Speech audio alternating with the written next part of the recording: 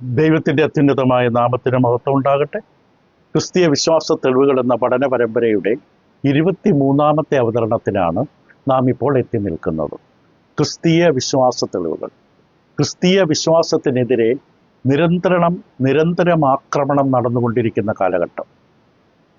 ദൈവവിശ്വാസം തകർക്കപ്പെടുവാൻ സകല ശക്തികളും ഒന്നിച്ചു ചേർന്ന് നിൽക്കുന്ന ഒരു അന്തരീക്ഷത്തിലാണ് നിങ്ങളും ഞാനും ഇപ്പോൾ ജീവിക്കുന്നത്. എല്ലാ മേഖലകളിൽ നിന്നും ദൈവവിശ്വാസം ഇല്ലാതാക്കുക, ദൈവത്തെ സത്യസന്ധമായി വിശ്വസിക്കാതിരിക്കുക, യഥാർത്ഥ വിശ്വാസത്തിൽ ആരും ജീവിക്കാതിരിക്കുക, ഈ ലക്ഷ്യത്തോടു കൂടിയാണ് ഒരു വലിയ ശക്തി, ലോകാരംഭം മുതൽ തന്നെ പ്രവർത്തിക്കുന്ന ശക്തി ഇന്നും പ്രവർത്തിച്ചുകൊണ്ടിരിക്കുന്നത്. പക്ഷേ ഈ അന്തരീക്ഷത്തിൽ നാം ഇതിനകം തന്നെ മനസ്സിലാക്കിയൊരു കാര്യമുണ്ട്. ദൈവം തൻ്റെ മക്കളെ അജ്ഞതയുടെ ഇരുട്ടിൽ അന്ധകാരത്തിൽ വിട്ടിട്ടില്ല. ഇങ്ങനെയുള്ള ആക്രമണങ്ങളെ ചെറുത്ത് നിൽക്കുവാനുള്ള ജ്ഞാനവും പരിജ്ഞാനവും അറിവും വിവേകവും അതിനുള്ള എല്ലാ വഴികളും ദൈവം നമുക്ക് നൽകി തന്നിട്ടുണ്ട്. പക്ഷേ ദൈവമക്കളെന്ന് പറയുന്ന അനേകരെ സംബന്ധിച്ച് അതിൽ അവർ ഒരുക്കപ്പെടുകയോ അത് പരിശീലിപ്പിക്കപ്പെടുകയോ അത് സ്വീകരിക്കുകയോ അത് പഠിക്കുകയോ ചെയ്യാൻ തയ്യാറാകുന്നില്ല. അതുകൊണ്ട് പലപ്പോഴും ശത്രുക്കളുടെ മുമ്പിൽ ലജ്ജിച്ച് തലം താഴ്ത്തി പോകേണ്ട, അപമാനിക്കപ്പെട്ടു പോകേണ്ടതായ അവസ്ഥകൾ ഉണ്ടാകാറുണ്ട്. ഇവിടെയാണ് നാം മനസ്സിലാക്കുന്ന മറ്റൊരു വിഷയം. കഷ്ടതകൾ, ദുഃഖങ്ങൾ, സങ്കടങ്ങൾ, യുദ്ധങ്ങൾ, കെടുതികൾ, വേദനകൾ തുടങ്ങിയ സകലവിധമായ അഴിമതികൾ നിറഞ്ഞ ലോകത്തിലുള്ള ഈ അവസ്ഥകളെ ചൂണ്ടിക്കാട്ടിക്കൊണ്ട് ഈ ശത്രുക്കളായിരിക്കുന്ന ചാർവികന്മാരും നാസ്തികന്മാരും അന്ധവിശ്വാസികളും ജ്ഞാനികളുമായ അനേകം ജനങ്ങൾ, ഭൂരിപക്ഷം ജനങ്ങളും ഭൂമുഖത്ത് കാണുന്ന സകല അഴിമതികളും കുതന്ത്രങ്ങളും കള്ളത്തരങ്ങളും പാപങ്ങളും തെറ്റുകളും സകലവിധമായ തിന്മകളെയും ചൂണ്ടിക്കാണിച്ചുകൊണ്ട് ദൈവം വാസ്തവത്തിൽ ഉണ്ടായിരുന്നുവെങ്കിൽ, ആ ദൈവം ശക്തനായൊരു ദൈവമാണ് എങ്കിൽ, ആ ദൈവം കരുണാസ്നേഹ സമ്പന്നതയുള്ള ദൈവമായിരുന്നുവെങ്കിൽ ഇത് എന്തുകൊണ്ട് ഭൂമിയിൽ സംഭവിക്കുന്നു എന്ന് ചൂണ്ടിക്കാട്ടാറുണ്ട്. ഈ വിഷയമാണ് നമ്മൾ ചിന്തിച്ചു കൊണ്ടിരിക്കുന്നത്. വ്യക്തിപരമായി നമുക്ക് ഇതിനെക്കുറിച്ച് വ്യക്തമായ തിരിച്ചറിവും ബോധ്യവും ഉണ്ടായിരിക്കേണ്ടത് ആവശ്യമാണ്. അപ്പോൾ ഈ വിഷയത്തിൽ നമ്മൾ ചിന്തിച്ചപ്പോൾ നാം കഴിഞ്ഞ ദിവസം ചിന്തിക്കുവാനായിട്ട് ആരംഭിച്ചു. ഈ കഷ്ടതകളുടെയും വേദനകളുടെയും യാതനകളുടെയും പശ്ചാത്തലത്തിലും നാം മറന്നു പോകാൻ പാടില്ലാത്തൊരു സത്യമുണ്ട്. ഇതിൻ്റെ നടുവിൽ ഒരു നന്മയുണ്ട്, ഇതിൻ്റെ നടുവിൽ ഒരു അനുഗ്രഹമുണ്ട്. കഷ്ടങ്ങളും വേദനകളും സങ്കടങ്ങളും ദുഃഖങ്ങളും പ്രയാസങ്ങളും അപമാനങ്ങളും എല്ലാം നേരിടുമ്പോഴും അതൊരു നന്മ സംഭവിപ്പിക്കുന്നു എന്ന് നമ്മൾ മനസ്സിലാക്കണം. രണ്ട് കാര്യങ്ങൾ നമ്മൾ കണ്ടു. ഒന്നാമതായിട്ട് ഇങ്ങനെയുള്ള യാതനകളും കഷ്ടതകളും ദൈവവിശ്വാസത്തിൽ വന്നിട്ടുള്ളവരെ കൂടുതൽ കൊള്ളാകുന്നവരാക്കി മാറ്റുകയാണ്, കൂടുതൽ വിശ്വാസത്തിൽ ഉറപ്പും ബലവുമുള്ളവരാക്കി മാറ്റുകയാണ് നമ്മൾ ആദ്യമായി കണ്ടു. രണ്ടാമതായിട്ട് നമ്മൾ കണ്ടത് തിന്മ വാസ്തവത്തിൽ നന്മയെ തെളിയിച്ചു കാണിക്കുകയാണ്. ഈ ചുറ്റുമുള്ള തിന്മകളും വേദനകളും അഴിമതികളും സങ്കടങ്ങളും അപരാധങ്ങളും സകലവിധമായിട്ടുള്ള അവസ്ഥകളും നമുക്ക് വ്യക്തമായി നന്മ മനസ്സിലാക്കാൻ കൂടുതൽ സഹായകരമാവുകയാണ്. നന്മ കൂടുതലായിട്ട് തിരിച്ചറിയാൻ, നന്മ യഥാർത്ഥമായി തെളിഞ്ഞു വരികയാണ് ഈ ചുറ്റുപാടുമുള്ള തിന്മകളുടെ മധ്യത്തിൽ. അത് മറ്റൊരു വലിയ കാര്യമാണ്. അത് നമ്മൾ ജോസഫിൻ്റെ ചരിത്രത്തിലൂടെ നമ്മൾ കണ്ടു കഴിഞ്ഞു പഴയമത്തിൽ. മൂന്നാമതായിട്ട് നമ്മൾ ഇന്ന് ചിന്തിക്കുന്നത് തിന്മ ഒരുവനെ ഉന്നതമായ മറ്റൊരിടത്തേക്ക് അവനെ ഓർമ്മപ്പെടുത്തുന്നു. അതായത് സ്വർഗത്തേക്ക് അവൻ്റെ ഹൃദയത്തെ മനസ്സിനെ അവ ഉയർത്തുകയാണ്. ഈ ലോകത്തിലെ തിന്മകളും കഷ്ടതകളും വേദനകളും ഒരു ദൈവ പൈതലിനെ സംബന്ധിച്ച് അവനെ സ്വർഗീയമായ ചിന്തകളിലേക്ക് ഉയർത്തുകയാണ്. അപ്പോൾ നാം മനസ്സിലാക്കണം, ദൈവം ഭൂമിയെ സൃഷ്ടിച്ചത് എന്നേക്കും ഭൂമിയിൽ മനുഷ്യൻ വസിക്കുവാനുള്ളൊരു ഇടമായിട്ടല്ല, എന്നേക്കും മനുഷ്യനെ വസിക്കുവാനുള്ളൊരു ഇടമായിട്ടല്ല ദൈവം ഭൂമിയെ സൃഷ്ടിച്ചത്. ഇവിടെ മനുഷ്യൻ്റെ ആത്മാക്കൾ പരിശീലിപ്പിക്കപ്പെടുകയാണ്. മനുഷ്യൻ്റെ ജീവിതം, പ്രാണൻ, അവൻ്റെ ആത്മീക ജീവിതം പരിശീലിപ്പിക്കപ്പെടാനുള്ള ഒരു താഴ്വര മാത്രമാണ് ഈ ഭൂമി എന്നുള്ളത്. ഇവിടെയാണ് ഒരുവൻ്റെ താൽക്കാലികമായിട്ടുള്ള അവൻ്റെ ജീവിത സാഹചര്യം.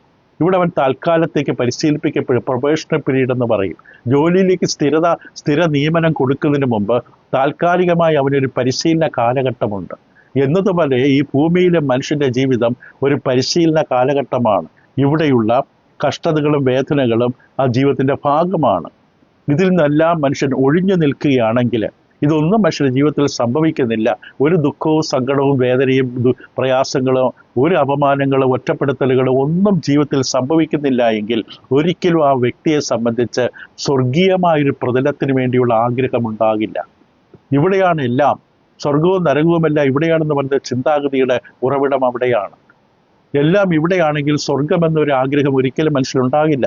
ഇപ്പോൾ ഭൂമിയിൽ നിന്ന് കഷ്ടതകളും വേദനകളും സങ്കടങ്ങളും ഒന്നും ഭൂമുഖത്തില്ല എങ്കിൽ, മനുഷ്യ ജീവിതത്തിൽ ഇതൊന്നും അനുഭവിക്കേണ്ട അവസ്ഥയില്ല എങ്കിൽ അവൻ സ്വർഗം അവൻ്റെ ഒരു വലിയൊരു ആഗ്രഹം ഒരിക്കലും ആയിരിക്കില്ല. ഈ മരണത്തിന് ശേഷമുള്ള ഒരു ജീവിതത്തെക്കുറിച്ച് ആ വ്യക്തി ഒരിക്കലും ചിന്തിക്കില്ല. അപ്പോൾ ഇവിടെ നമ്മൾ മനസ്സിലാക്കേണ്ടത് ഈ തിന്മകളുടെ അസാന്നിധ്യം അതൊരു വലിയ പ്രശ്നമായിട്ട് മാറും. അങ്ങനെയുണ്ടെങ്കിൽ അവനൊരിക്കലും അവനിൽ തന്നെയുള്ള സംതൃപ്തിയിൽ അവൻ ജീവിക്കേണ്ടി വരും. മറ്റൊന്നും അവൻ ചിന്തിക്കില്ല. കാരണം ഇവിടെ എല്ലാം അവന് തൃപ്തനാണ്. ഇവിടെ പക്ഷെ അങ്ങനെയല്ല, ഒന്നും മനുഷ്യർ തൃപ്തിപ്പെടുത്തുന്നില്ല.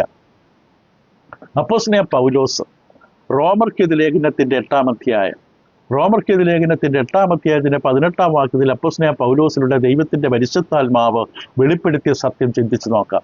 അവിടെ പറയുന്നത് നമ്മിൽ വെളിപ്പെടുവാനുള്ള തേജസ് വിചാരിച്ചാൽ. ഇപ്പൊ നമ്മളിൽ ഒരു തേജസ് വെളിപ്പെടാൻ പോകുന്ന തേജസ്സേറിയ ഒരു അനുഭവം മനുഷ്യർക്കായി ദൈവം ഒരുക്കി വെച്ചിരിക്കുന്നു. അത് വിചാരിച്ചാൽ ഈ കാലത്തിലെ കഷ്ടങ്ങൾ സാരമില്ല എന്ന് ഞാൻ എണ്ണുന്നു. അപ്പൊ ഈ ജീവിതകാലത്തിലെ കഷ്ടതകളും ദുഃഖങ്ങളും പ്രയാസങ്ങളും വേദനകളും സങ്കടങ്ങളും നഷ്ടങ്ങളും കോട്ടങ്ങളും എല്ലാം ഉണ്ടാകുന്നു. ഇതിൻ്റെ എല്ലാം നടുവിൽ നമ്മൾ വാസ്തവത്തിൽ വിചാരിക്കേണ്ടത്, ധ്യാനിക്കേണ്ടത്, ചിന്തിക്കേണ്ടത് വരുവാനുള്ള തേജസ്സിനെ കുറിച്ചായിരിക്കണം. അതിലേക്കാണ് നമ്മുടെ ഹൃദയവും മനസ്സ് ഉറപ്പിച്ച് നിർത്തേണ്ടത്. ഇവിടെ നമുക്ക് ഒരു സങ്കടവും ദുഃഖവും വേദനയും പ്രയാസവും കഷ്ടപ്പാടുകളും ഒന്നുമില്ല എങ്കിൽ ഈ വരുവാനുള്ള തേജസ്സിന് നമുക്ക് പ്രിയമുണ്ടാകില്ല. അപ്പൊ അതുകൊണ്ട് വ്യക്തമായി മനസ്സിലാക്കണം, ഒരു ഉന്നതമായ ശ്രേഷ്ഠമായ ഒരു സ്ഥലം ഒരുക്കപ്പെട്ടുകൊണ്ടിരിക്കുകയാണ്. വേദനയില്ലാത്ത, കണ്ണുനീരില്ലാത്ത, ദുഃഖമില്ലാത്തൊരു സ്ഥലം. വെളിപാട് പുസ്തകം 21-ാം അധ്യായത്തിലെ 4-ാം വാക്യം പറയുന്നത് ദൈവം താൻ അവരുടെ ദൈവമായി അവരോടുകൂടെ ഇരിക്കും, അവൻ അവരുടെ കണ്ണിൽ നിന്ന് കണ്ണുനീരെല്ലാം തുടച്ചു കളയും, ഇനി മരണമുണ്ടാകുകയില്ല, ദുഃഖവും മുറവിളിയും കഷ്ടതയും ഇനി ഉണ്ടാകുകയില്ല. ഇതൊന്നും ഇല്ലാത്തൊരു ഇടം ഒരുക്കപ്പെട്ടുകൊണ്ടിരിക്കുകയാണ്. അതിലെല്ലാം ഉപരി ദൈവത്തിന്റെ പരിശുദ്ധമായ സാന്നിധ്യം അനുഭവിക്കാൻ കഴിയുന്ന ഒരു സ്ഥലം ഒരുക്കപ്പെട്ടുകൊണ്ടിരിക്കുകയാണ്. ഇവിടെ ഭൂമിയിൽ നമുക്കത് നമ്മുടെ കണ്ണുകൊണ്ട് ദൈവത്തെ കാണാൻ പറ്റില്ല. ദൈവത്തിന്റെ സ്വർഗീയമായ പരിശുദ്ധമായ സാന്നിധ്യം നമുക്ക് അനുഭവിക്കാൻ കഴിയില്ല. പക്ഷെ അത് മറ്റൊരു സ്ഥലത്താണ് നമുക്കത് ലഭിക്കുന്നത്. അതിനുവേണ്ടി നാം ഇവിടെ ഒരുക്കപ്പെട്ടുകൊണ്ടിരിക്കുകയാണ്. അത് നമ്മൾ എപ്പോഴും മനസ്സിലാക്കണം. അപ്പോൾ ആ ദേശം അവിടെ അതൊരു വിശ്രമ സ്ഥലമാണ്. ദൈവമക്കൾ അന്വേഷിക്കുന്ന, തേടുന്ന ആ വിശ്രമ സ്ഥലമാണ്. എബ്രായ ലേഖനം 11-ാം അധ്യായത്തിന്റെ 24 മുതൽ 26 വരെ നമ്മൾ വായിക്കുമ്പോൾ നമുക്കത് കാണാൻ കഴിയും. എബ്രായ ലേഖനം 11-ാം അധ്യായത്തിന്റെ 24 മുതൽ വായിക്കുമ്പോൾ, വിശ്വാസത്താൽ മോശ താൻ വളർന്നപ്പോൾ പാപത്തിന്റെ തൽക്കാല ഭോഗത്തെക്കാളും ദൈവജനത്തോടുകൂടെ കഷ്ടമനുഭവിക്കാൻ തെരഞ്ഞെടുത്തു. ഇപ്പം താൻ ജീവിച്ചത് കൊട്ടാരത്തിലാണ്. സുഖസമൃദ്ധിയുടെ മടുത്തിട്ട് ജീവിച്ച മോശയ്ക്ക് മനസ്സിലായി താൻ വാസ്തവത്തിൽ ആരാണ്. താൻ എബ്രായ ജനത്തിൽപ്പെട്ട ഒരു വ്യക്തിയാണ്. അപ്പം അവരുടെ കൂടെ കഷ്ടം അനുഭവിക്കാൻ താൻ തെരഞ്ഞെടുപ്പ് നടത്തി. കൊട്ടാരത്തിലെ സുഖലോലുപകൾ ഉപേക്ഷിച്ചിട്ട് താൻ ഈ ജനത്തോടൊപ്പം അവരിപ്പോൾ കഷ്ടത അനുഭവിക്കുകയാണ്. ഒരു ചെളിയിൽ ചവിട്ടി ഇഷ്ടിക ഉണ്ടാക്കാൻ ബുദ്ധിമുട്ടുകയാണ്. താൻ അവരിൽപ്പെട്ട ഒരാളാണ്. താൻ ഒരു തീരുമാനമെടുത്തു, ഈ സുഖലോലുപതകൾ തനിക്ക് വേണ്ട, ഇത് തൽക്കാലത്തേക്കുള്ള സന്തോഷവും സുഖവുമാണ്, അതിനെ കളഞ്ഞിട്ട് ദൈവജനത്തോടു കൂടെ കഷ്ടം അനുഭവിക്കാൻ തിരഞ്ഞെടുത്തു. പ്രതിഫലം നോക്കിയത് കൊണ്ട് ഫറവോന്റെ പുത്രിയുടെ മകൻ എന്ന് വിളിക്കപ്പെടുന്നത് നിരസിക്കുകയും മിസ്രൈമിലെ നിക്ഷേപങ്ങളെക്കാൾ ക്രിസ്തുവിന്റെ നിന്ന വലിയ ധനമെന്ന് എണ്ണുകയും ചെയ്തു. അവിടെ തെരഞ്ഞെടുപ്പിന്റെ പ്രാധാന്യം കാണാം. കൃത്യമായ തെരഞ്ഞെടുപ്പ് നടത്തി. തൽക്കാലത്തേക്കുള്ള സുഖലോലുപതകളോ അല്ലെങ്കിൽ ഫറവോന്റെ പുത്രിയുടെ മകനെന്ന് വിളിക്കപ്പെടുന്നതോ മിസ്രൈമിലെ നിക്ഷേപങ്ങളോ ഇതൊന്നുമല്ല തന്നെ ആകർഷിച്ചത്. തൻ്റെ ജീവിതത്തിലെടുത്ത തീരുമാനം ക്രിസ്തുവിൻ്റെ നിന്ന് അതേ ദൈവമക്കളോടൊപ്പം ചേർന്ന് അധ്വാനിച്ച് കഷ്ടതയിൽ പങ്കാളികളായി തീർന്ന് അങ്ങനെ ഒരു ജീവിതം ജീവിക്കാൻ താൻ തീരുമാനിച്ചു. അതൊരു തെരഞ്ഞെടുപ്പാണ്. വെളിപാട് പുസ്തകത്തിൽ 2-ാം അധ്യായം 10-ാം വാക്യത്തിൽ സ്മുർണയിലെ സഭയ്ക്ക് എഴുതുന്ന ദൂത് നമ്മൾ പഠിക്കുമ്പോൾ, വെളിപാട് പുസ്തകം 2-ാം അധ്യായം 10-ാം വാക്യത്തിൽ സ്മുർണയിലെ സഭയ്ക്ക് എഴുതുമ്പോൾ ഇപ്രകാരമാണ് അവിടെ എഴുതിയിരിക്കുന്നത്: നീ സഹിപ്പാനുള്ളത് പേടിക്കണ്ട, നിങ്ങളെ പരീക്ഷിക്കേണ്ടതിന് പിശാച് നിങ്ങളിൽ ചിലരെ തടവിലാക്കാൻ പോകുന്നു. 10 ദിവസം നിങ്ങൾക്ക് ഉപദ്രവമുണ്ടാകും, മരണപര്യന്തം വിശ്വസ്തനായിരിക്കുക, എന്നാൽ ഞാൻ ജീവകിരീടം നിനക്ക് തരും. അപ്പോൾ ആ സഭയോട് പറയുന്നത്, സ്മുർണ എന്ന് പറയുന്ന പട്ടണത്തിലെ സഭയോട് പറഞ്ഞത്, നിങ്ങൾ കഷ്ടപ്പാടുകളും വേദനകളും സങ്കടങ്ങളും എല്ലാം നേരിടേണ്ടി വരും. അല്ല, നിങ്ങൾ ഇരിക്കുന്നത് സാത്താൻ്റെ പള്ളിക്കാരായവരുടെ നടുവിലാണ്. ആ പൈശാചിക ആക്രമണങ്ങൾ നേരിടുന്ന അന്തരീക്ഷത്തിലാണ് നിങ്ങൾ ജീവിക്കുന്നത്. അവിടെ നിങ്ങൾ എന്ത് ചെയ്യണം? നിങ്ങൾ സഹിപ്പാനുള്ളതിനെ കണ്ട് പേടിക്കരുത്. കുറച്ച് നാൾ കഷ്ടതയുണ്ടാകും, പക്ഷേ അവസാനത്തോളം മരണപര്യന്തം വിശ്വസ്തനായിരിക്കുക. അപ്പോൾ നമ്മൾ ചിന്തിക്കുന്നത് എന്താണ്? അപ്പോൾ ഈ ദുഷ്ടതകളും കഷ്ടതകളും വേദനകളും സങ്കടങ്ങളും നമുക്ക് നൽകുന്ന അനുഗ്രഹങ്ങളെക്കുറിച്ച് നമ്മൾ ചിന്തിക്കുമ്പോൾ നമ്മൾ ചിന്തിക്കുന്ന ഇത് നമുക്ക് സ്വർഗീയ ചിന്ത, തേജസ്സിലേക്കുള്ള ആഗ്രഹം വർദ്ധിപ്പിക്കുകയാണ്. ഈ നേരെ മറിച്ച് ഭൂമിയിലെ ജീവിതത്തിൽ വേദനകളും കഷ്ടതകളും പ്രയാസങ്ങളും സങ്കടങ്ങളും ഒന്നുമില്ലെങ്കിൽ നമ്മൾ അതിനെക്കുറിച്ച് ആഗ്രഹമുണ്ടാകില്ല. ഈ ഭൂമിയിലെ ജീവിതത്തിൽ വേദനകളും സങ്കടങ്ങളും ദുഃഖങ്ങളും ദുരന്തങ്ങളും ദുരിതങ്ങളും എല്ലാം നമ്മൾ ജീവിതത്തിൽ നേരിടേണ്ടി വരുന്നത് കൊണ്ടാണ് ഇതിനേക്കാൾ ഇതൊന്നുമില്ലാത്തൊരു സ്ഥലമുണ്ടോ എന്ന് നമ്മളെ ചിന്തയുണ്ടാകുന്നത്. അങ്ങനെ സ്ഥലമുണ്ട്, അവിടേക്ക് പോകാനായിട്ട് ദൈവം നമ്മളെ ഒരുക്കിക്കൊണ്ടിരിക്കുകയാണ്. അവിടെ ദൈവമായി ഇതിനെ സംബന്ധിച്ച്, ഒരു വിശ്വാസിയെ സംബന്ധിച്ച് ഈ ഭൂമിയിലുള്ളതാണ് എല്ലാം എന്നൊരിക്കലും ചിന്തിക്കുന്നില്ല. ഈ ഭൂമിയാണ് തൻ്റെ അവസാന ഇടം, ഇതാണ് തൻ്റെ അവസാന പ്രതീക്ഷ എന്ന ചിന്തയിലല്ല ഒരു വിശ്വാസി ജീവിക്കുന്നത്.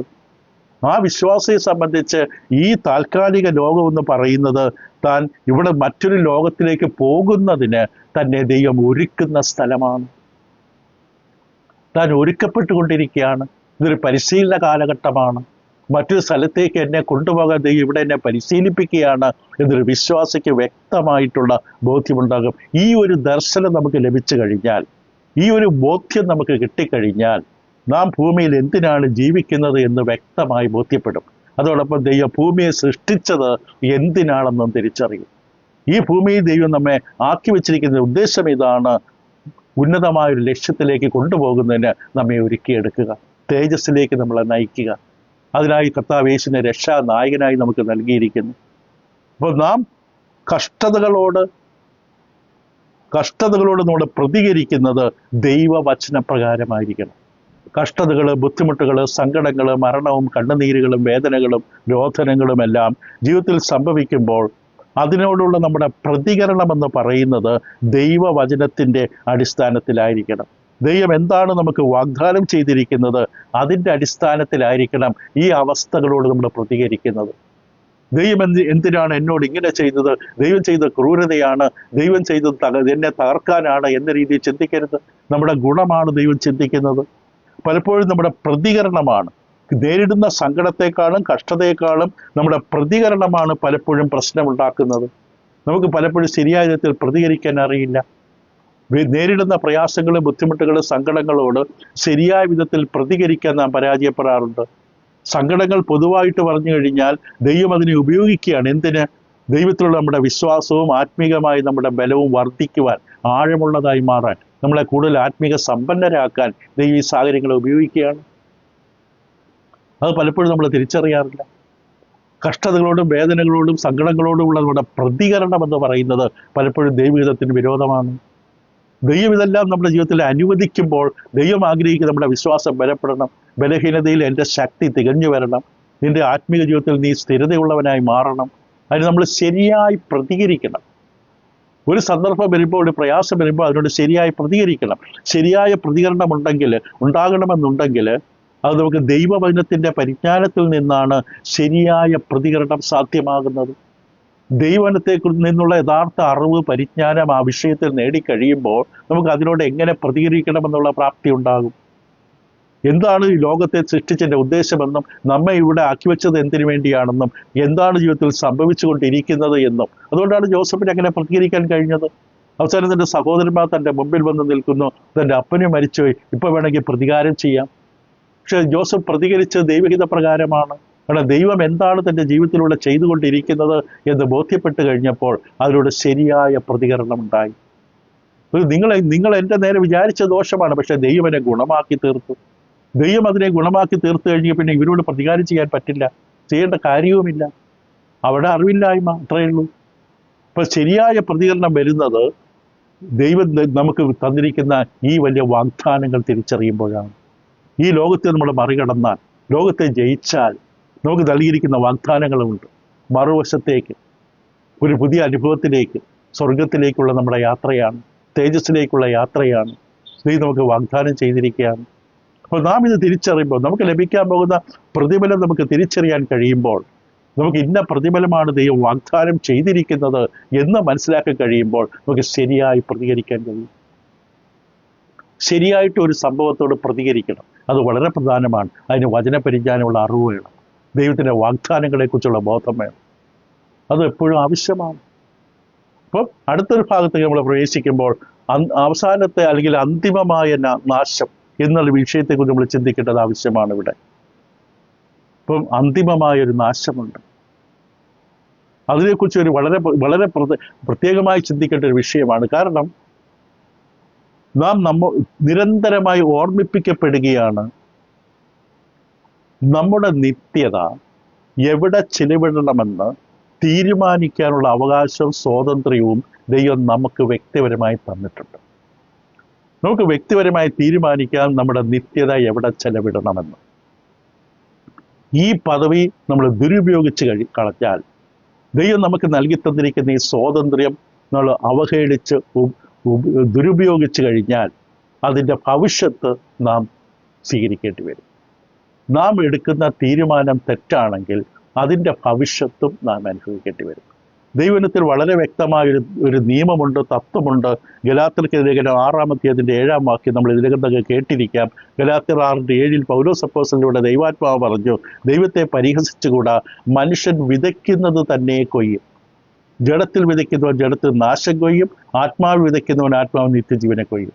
അപ്പം മനുഷ്യൻ വിതയ്ക്കുന്നത്, നമ്മൾ എന്താണോ തീരുമാനമെടുക്കുന്നത് അതിൻ്റെ ഭവിഷ്യത്തും നമ്മൾ അനുഭവിച്ചേ പറ്റൂ. തീരുമാനം എടുക്കുക മാത്രം ചെയ്യും, പക്ഷെ എനിക്ക് ഭവിഷ്യത്ത് വേണ്ട എന്ന് പറയാൻ പറ്റില്ല. ഈ പഴം പറിച്ച് തിന്നാൽ നിങ്ങൾ മരിക്കും എന്നുള്ളത് ഭവിഷ്യത്താണ്. ആ പഴം പറിച്ച് തിന്നുക എന്നുള്ളത് അവരുടെ തീരുമാനമായി മാറി. അവരെ തീരുമാനമെടുത്തു, എൻ്റെ ഭവിഷ്യത്ത് അനുഭവിച്ചു, ഭവിഷ്യത്ത് തുടർന്നുകൊണ്ടേയിരുന്നു. ഇപ്പം മനുഷ്യൻ സ്വയം തീരുമാനിക്കുകയാണ് അവൻ എവിടെ ചെന്ന് അവസാനിക്കണം. അവൻ്റെ നാശം, മനുഷ്യൻ നേരിടേണ്ടുന്ന വരുന്ന നാശം അവൻ്റെ തിരഞ്ഞെടുപ്പിൻ്റെ ഫലമാണ്.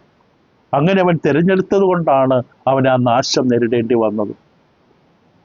പ്രകൃതിയിലെ നിയമങ്ങൾ നാം ലംഘിക്കുമ്പോൾ, പ്രകൃതി നിയമങ്ങൾ ആവശ്യമാണ്, നമ്മൾ ഇതിനകം കണ്ടു കഴിഞ്ഞു. ഈ ഭൂമിയുടെ യഥാർത്ഥമായ നിലനിൽപ്പിനും സുഗമമായ പ്രവർത്തനത്തിനും പ്രകൃതി നിയമങ്ങളിലാണ് ദൈവം പ്രപഞ്ചത്തെ അടിസ്ഥാനപ്പെടുത്തിയിരിക്കുന്നത്. ആ പ്രകൃതി നിയമങ്ങൾ നാം തള്ളിക്കളയുമ്പോൾ, ലംഘിക്കുമ്പോൾ നാം അതിന് വില കൊടുക്കേണ്ടി വരും. അതേപോലെ തന്നെയാണ് ആത്മീക ലോകത്തിലും ധാർമ്മിക നിയമങ്ങൾ ആവശ്യമാണ്. പരസ്പരം എങ്ങനെ സ്നേഹത്തോടെ ബന്ധപ്പെട്ട് ജീവിക്കണം. അത് ഭാര്യ ഭർത്താക്കന്മാരാകാം, അപ്പനും മക്കളുമാകാം, മക്കളും അപ്പനും അമ്മയുമാകാം, ജോലി സ്ഥലത്താകാം, എവിടെയാകാം, സമൂഹത്തിലാകാം. മനുഷ്യർ തമ്മിലുള്ള ബന്ധത്തിൽ, ദൈവത്തോടുള്ള ബന്ധത്തിൽ ധാർമ്മികമായ ആത്മീകമായ നിയമങ്ങളുണ്ട്. പ്രകൃതി നിയമങ്ങൾ എന്ന പോലെ ആത്മീകമായും ധാർമ്മികമായ നിയമങ്ങളുണ്ട്. അത് നമ്മൾ ലംഘിച്ചു കഴിഞ്ഞാലും അതിൻ്റെ വില കൊടുക്കണം. ധാർമ്മികമായ ആത്മീകമായ നിയമങ്ങൾ ലംഘിച്ച് അതിൻ്റെ വില കൊടുക്കണം. അപ്പോൾ മനുഷ്യരത് വ്യക്തമായി തിരിച്ചറിയണം. പാപം നമ്മൾ ചെയ്താൽ, അതിക്രമം ചെയ്താൽ അതിൻ്റെ ഭവിഷ്യത്തുണ്ടാകും. അതിൻ്റെ വില കൊടുത്തേ പറ്റും.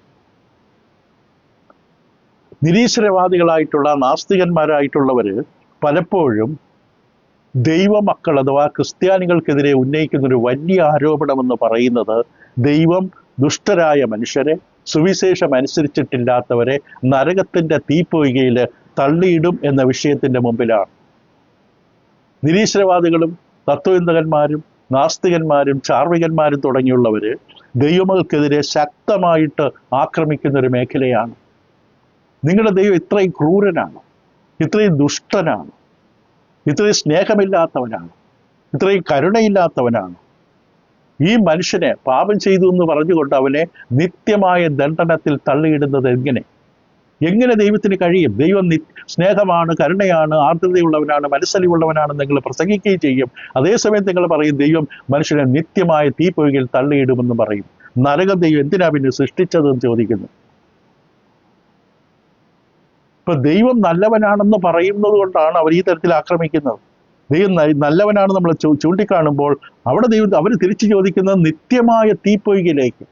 കുറച്ചൊരു 5 വർഷമല്ല, നിത്യമായ നിരന്തരമായി കത്തി നിൽക്കുന്ന തീപ്പൊയ്കയിലേക്ക് ദൈവത്തിന് വിരോധമായി പാപം ചെയ്തവരെ ദൈവം തള്ളിയിടുന്നതിനകത്ത് എന്ത് നീതിയാണുള്ളത്, എന്ത് ന്യായമാണുള്ളത് എന്നാണ് അവിടെ ചോദ്യം.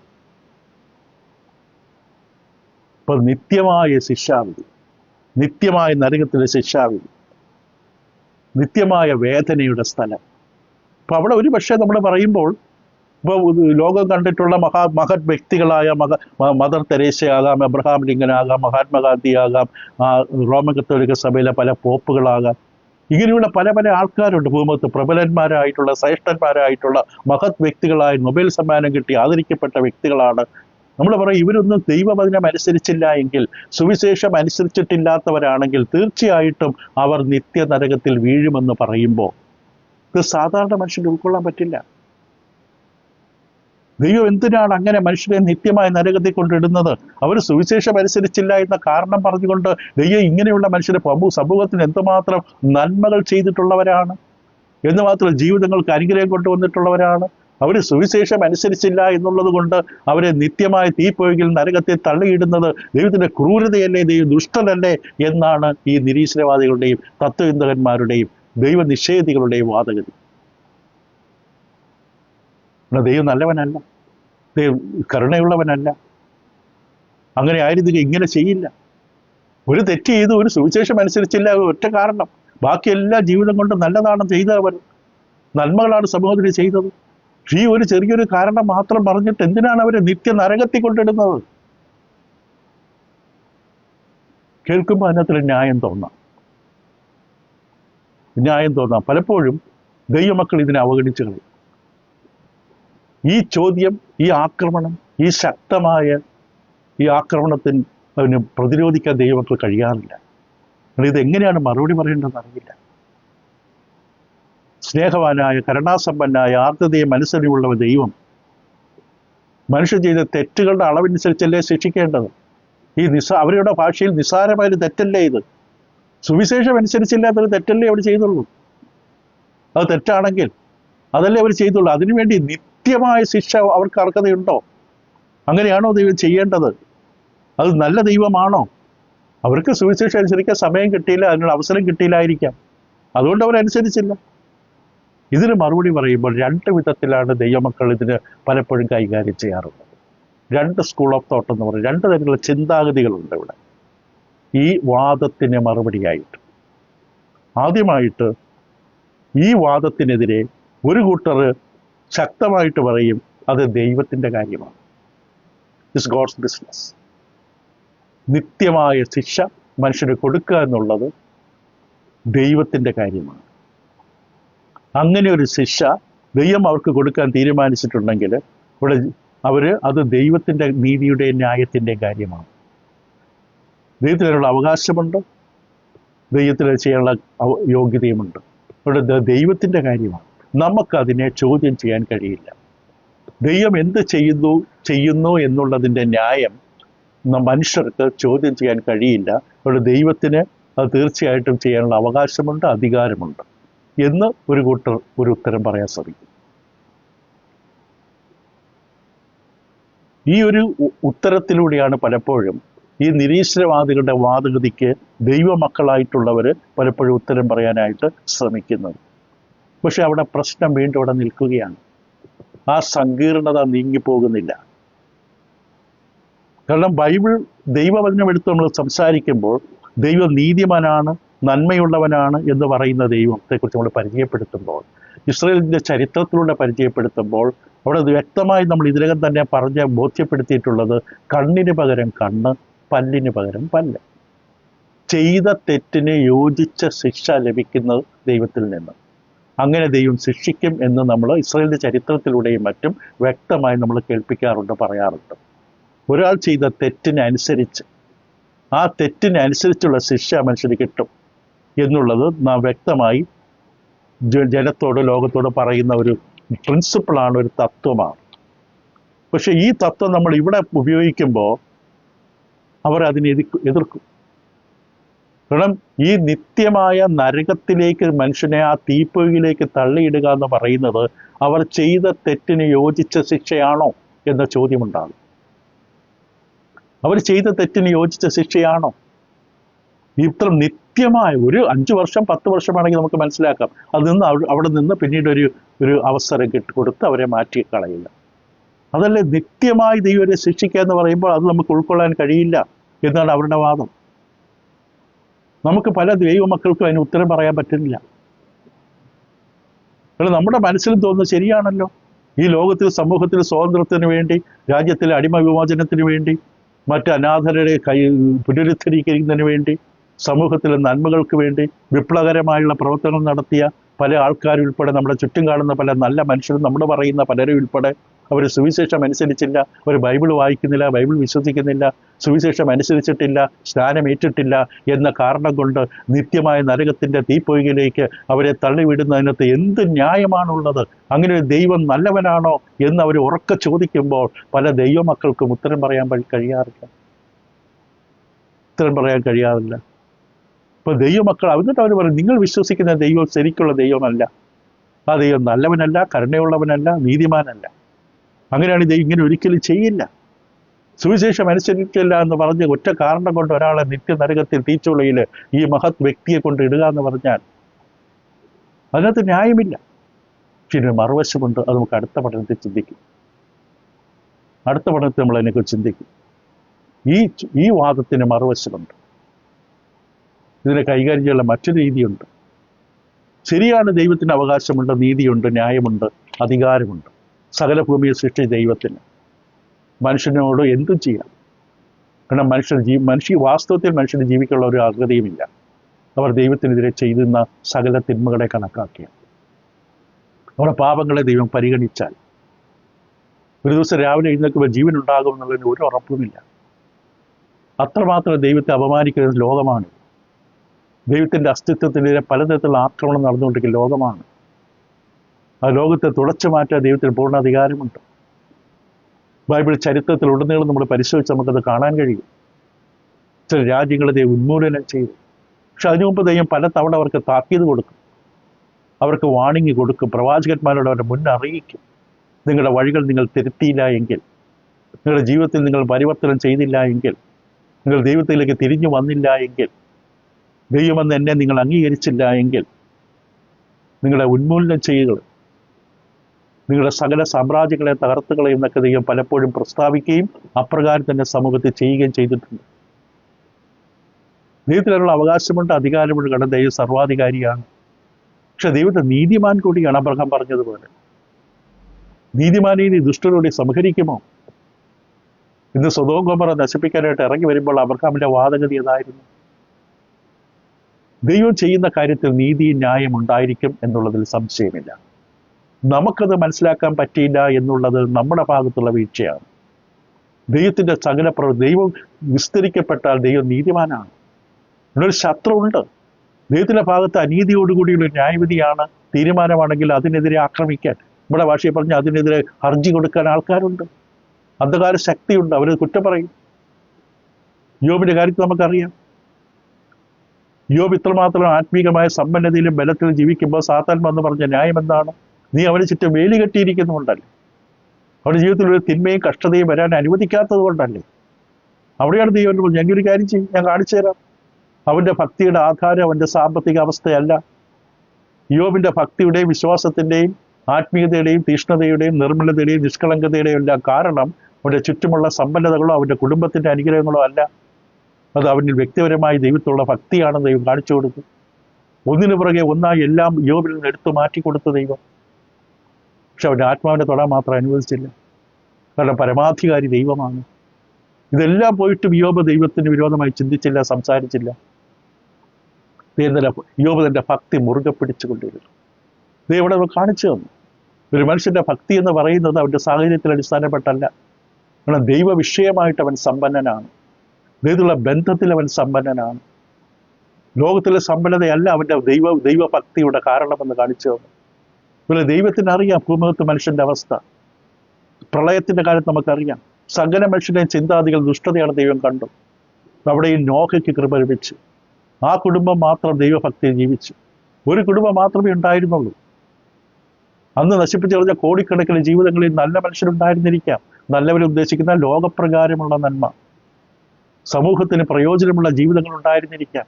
പക്ഷെ അടിസ്ഥാനപരമായി മനുഷ്യൻ ദൈവത്തെ തിരിച്ചറിയുക എന്നുള്ളത് വളരെ ആവശ്യമാണ്. അവൻ്റെ ആത്മാവിൻ്റെ ഉടയവനെ തിരിച്ചറിയുക എന്നുള്ളത് മനുഷ്യനെ സംബന്ധിച്ച് ഏറ്റവും വലിയ ആവശ്യമാണ്. ദൈവം നൽകിയിരിക്കുന്ന കൽപ്പനകൾ അനുസരിക്കാതിരിക്കുന്നതാണ് മനുഷ്യന്റെ പതനത്തിന്റെ ആരംഭം തന്നെ. ഏതും തോട്ടത്തിൽ നമുക്കതറിയാം. മനുഷ്യന്റെ അഹങ്കാരം, മത്സരം, ദൈവനിഷേധം. ദൈവത്തെ ഹൃദയത്തിൽ സിംഹാസനത്തിൽ ഇരുത്തിയില്ല എങ്കിൽ എത്രയൊക്കെ നന്മ ചെയ്യുമെന്ന് പറഞ്ഞാൽ അത് നന്മയാകില്ല.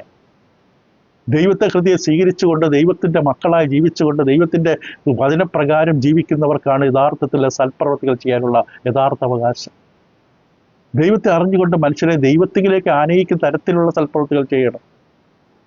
അവർ വേണ്ട കാര്യങ്ങളൊക്കെ ചെയ്തു കൊടുക്കണം. പക്ഷേ ഏറ്റവും പ്രധാന ആവശ്യമാണ് ആത്മരക്ഷയാണ്. സർവ്വലോകവും നേടിയിട്ടും ആത്മാവ് നഷ്ടപ്പെട്ടാൽ എന്ത് പ്രയോജനം? ഓടയിൽ കിടന്ന കൊച്ചിനെ വാരിയെടുത്ത് വളർത്തി വലുതാക്കി കല്യാണം കഴിപ്പിച്ച് ജോലി വാങ്ങിച്ചു കൊടുത്ത് ഒക്കെ അവർ വിവാഹം കഴിപ്പിച്ചു കൊടുത്തു വിട്ടു. എന്തിനാ നരകത്തിലേക്ക് വിടാനോ? ഇതൊക്കെ ചെയ്യണം, നല്ലതാണ്. അനാഥരെ വിധവമാരെയും സങ്കടത്തിൽ കാണുന്നതും ഭക്തിയാണ്. അതാണ് യഥാർത്ഥ പിതാവിൻ്റെ മുമ്പിൽ ഏറ്റവും ഇഷ്ടമുള്ള ഭക്തി. പക്ഷെ അവർ കൊടുക്കേണ്ട ഏറ്റവും പ്രധാന കാര്യം എന്താണ്? ആത്മരക്ഷ, പാപപരിഹാരം, കർത്താവ് യേശുവിൻ്റെ രക്തത്താലുള്ള പാപമോചനം. അതല്ലേ മനുഷ്യന് ഏറ്റവും വലുത്, ഏറ്റവും ആവശ്യമായിരിക്കുന്നത്. അത് കൊടുക്കാതെ ബാക്കി എല്ലാം കൊടുത്തിട്ട് അവന് കൊടുക്കേണ്ടത് കൊടുത്തില്ല എങ്കിൽ അത് യഥാർത്ഥ വേലക്കാരനാണോ? ഈ വിധം നമ്മൾ ചിന്തിക്കേണ്ടത് ആവശ്യം. നമ്മുടെ ചോദ്യത്തിൻ്റെ ഉത്തരത്തിലേക്ക് നമ്മൾ അടുത്ത പഠനത്തിലെ വ്യാഴാഴ്ചയുള്ള പഠനത്തിൽ നമ്മളതിലേക്ക് വരുന്നതാണ്. നരകത്തിൻ്റെ തീപ്പൊയിലേക്ക് മനുഷ്യരെ തള്ളിവിടുന്നതിന് ദൈവത്തിൻ്റെ ന്യായം എന്താണ്? ആ ഉത്തരത്തിലേക്ക് നമ്മൾ വരും. അതിന് മുമ്പ് ചില കാര്യങ്ങൾ പറഞ്ഞെന്ന് മാത്രം. ഇപ്പോൾ കഷ്ടതകളും ദുഃഖങ്ങളും വേദനകളും കെടുതികളും ദുരന്തങ്ങളും കണ്ണുനീരുകളുമെല്ലാം ഈ ഭൂമിയിലുണ്ട്. അതിൽ ചില നന്മകളുണ്ടെന്ന് നമ്മൾ കണ്ടു. ഈ ഭൂമിയിൽ ജീവിക്കുന്ന ദൈവമക്കളെ ക്രിസ്തു തന്നെ പറഞ്ഞു, ലോകത്തിൽ കഷ്ടമുണ്ട്, ലോകത്തെ ജയിച്ചിരിക്കുന്നു. സ്വർഗീയമായൊരു സ്ഥലത്തേക്ക്, നിത്യമായ തേജസ്സിലേക്ക് നമ്മുടെ കണ്ണുകളെ ഉറപ്പിക്കുവാൻ ഈ ലോകത്തിലെ ദുരന്തങ്ങൾ, ദുരിതങ്ങൾ, വേദനകൾ, സങ്കടങ്ങൾ കാരണമാകുകയാണ്. മറ്റൊരു ദേശം അന്വേഷിച്ച പഴയുന്ന വിശുദ്ധന്മാരെ പോലെ നമ്മൾ മറ്റൊരിടത്തേക്ക് നോക്കി പാർക്കുന്നു. ഈ ലോകത്തിലെ കഷ്ടങ്ങൾ സാരമില്ല, ഇത് നമ്മൾ എണ്ണുന്നു. എന്തുകൊണ്ട്? നമ്മളിൽ വെളിപ്പെടുവാനുള്ള തേജസ് വിചാരിച്ചാൽ. നമ്മുടെ ലക്ഷ്യം അവിടെ ആയിരിക്കണം. കർത്താവ് യേശുവിൻ്റെ വരവെങ്കിൽ നാം തേജസ്കരിക്കപ്പെടും. ജീവനോടെ ഉണ്ടെങ്കിൽ ഇതിൽ മരിച്ചുപോയാൽ അവൻ്റെ ശബ്ദത്തിൽ നമ്മൾ എഴുന്നേറ്റ് തേജസ്കരിക്കപ്പെട്ട് രൂപാന്തരം സംഭവിച്ച് കർത്താവിനോടൊപ്പം നിത്യതയിൽ നാം പ്രവേശിപ്പിക്കപ്പെടും. എല്ലാം ഈ ഭൂമിയും മൂലപദാർത്ഥങ്ങൾ ഉൾപ്പെടെ കത്തിക്കരിഞ്ഞില്ലാതെ പോകുമെന്ന് പത്രോസിൻ്റെ 2-ാം ലേഖനം 3-ാം അധ്യായം പറയും. ഭൂമി ശാശ്വത ഭവനമല്ല, ഇത് താൽക്കാലിക സ്ഥലമാണ്. നമ്മെ പരിശീലിപ്പിച്ചുകൊണ്ടിരിക്കേണ്ട എവിടെ കൊണ്ടുപോകാൻ? സ്വർഗത്തിൽ, നിത്യതയിൽ ദൈവത്തോടൊപ്പം. ദൈവത്തിന് ഒരിക്കലും തെറ്റുപറ്റില്ല. നമുക്ക് മനസ്സിലാക്കുന്നതിന് പരാജയപ്പെട്ടു. നമ്മുടെ കണ്ണാടിയിലൂടെ നോക്കുമ്പോൾ, നമ്മുടെ ചിന്താഗതികൾക്കനുസരിച്ച് നമ്മൾ നോക്കുമ്പോൾ പലപ്പോഴും പലതും ഉൾക്കൊള്ളാൻ പറ്റില്ല. പക്ഷെ ദൈവിക ദർശനത്തോടെ നോക്കുമ്പോൾ ദൈവം ചെയ്തത് തികച്ചും ന്യായമാണ്, നീതിയാണ്. ജോസഫിൻ്റെ ജീവിതത്തിൽ ജോസഫ് അവസാനം പറഞ്ഞു വന്നു, നിങ്ങൾ എൻ്റെ നേരെ ദോഷം വിചാരിച്ചു, ദൈവമോ ഇന്നുള്ളതുപോലെ ബഹുജനത്തിന് ഗുണമാക്കി തീർത്ത ദൈവം. അതാണ് ദൈവം. അപ്പോൾ ഈ വിഷയങ്ങളൊന്നും ദൈവത്തിൻ്റെ അസ്തിത്വത്തിൻ്റെ ചോദ്യം ചെയ്യുന്നില്ല. വാസ്തവത്തിൽ അത് ഉറപ്പിക്കുകയാണ് ചെയ്യുന്നത്. അതുകൊണ്ട് ആ ഉത്തരത്തിലേക്ക് അടുത്ത തവണ വരാം. ദൈവം നിങ്ങളെ സഹായിക്കട്ടെ. വീണ്ടും ചില കാര്യങ്ങൾ മനസ്സിലാക്കാൻ ബുദ്ധിമുട്ട് നേരിടും. അത് വീണ്ടും കേൾക്കുന്നത് നല്ലതായിരിക്കും. ദൈവം നിങ്ങളെ സഹായിക്കട്ടെ. Thank you.